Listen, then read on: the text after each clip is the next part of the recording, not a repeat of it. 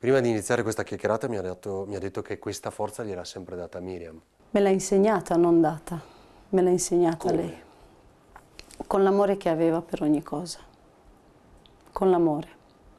Seduta sul divano di casa, circondata dai suoi quadri, immagini e colori in cui Adriana Ciobanu, mamma della giovane Miriam Ciobanu, una vita portata via in un attimo nella notte di Halloween, ritrae i suoi sogni.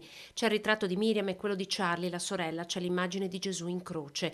Adriana racconta che le ultime ore della figlia le erano apparse in sogno e di aver sognato anche un altro incidente. Anche in quella occasione era con Tommaso Dal Bello, come nelle sue ultime ore di vita. Che la mancanza di responsabilità di Tommaso non parte solo da quella serata lì, parte da un incidente in macchina tre settimane fa che ci ha nascosto, non ci ha mai chiamato come genitori per avvisarci di questo, siamo venuti a saperlo, io sempre in un sogno ovviamente.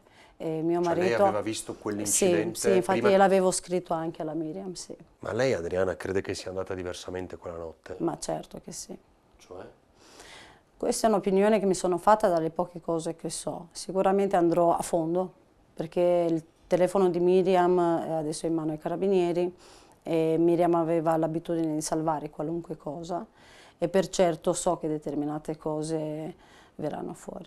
Nella lunga intervista concessa ad Antena 3 si rivolge ad Alessandro, il 23enne, che sotto l'effetto di alcol e droga ha investito e ucciso la figlia. Siccome ho saputo per vie traverse ma sicure che il ragazzo insomma, avrebbe anche voluto farla finita e che quell'intervista è arrivata al momento giusto, la vorrei ribadire. Che non si senta non perdonato da me Alessandro, perché per quanto mi riguarda non ho provato neanche un secondo nei tuoi confronti l'odio o il rancore.